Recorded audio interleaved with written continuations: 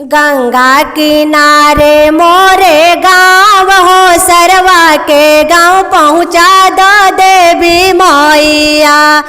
गंगा किनारे मोरे गाँव हो, सरवा के गाँव पहुँचा दो देवी मैया।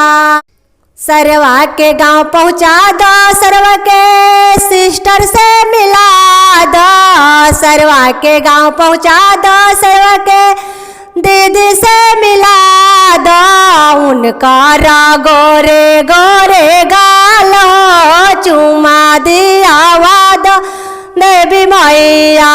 उनका गोरे गोरे गाल हो, चुमा दिया वाद देवी मैया।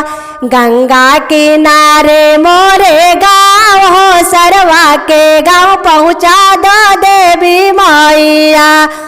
गंगा किनारे मोरे गाँव हो, सरवा के गाँव पहुँचा दो देवी मैया।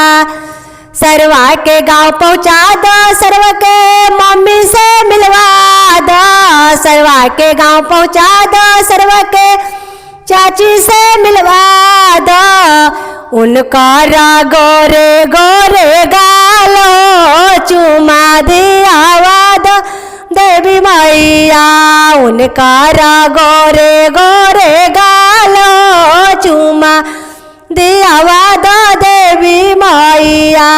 गंगा किनारे मोरे गाँव, सरवा के गाँव पहुँचा दो देवी मैया।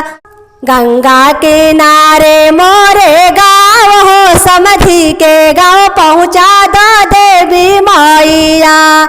समधी के गाँव पहुँचा दो, समधी के वाइफ से मिला दो। समधी के गाँव पहुँचा दो, समधी के सिस्टर से मिलवाई दो। उनका गोरे गोरे गाल हो, चुमा दिया वाद देवी मैया। उनका गोरे गोरे गाल हो, चुमा दिया वाद देवी मैया। गंगा किनारे मोरे गाँव हो, सरवा के गाँव पहुँचा दो देवी मैया। गंगा किनारे मोरे गाँव हो, सरवा के गाँव पहुँचा दो।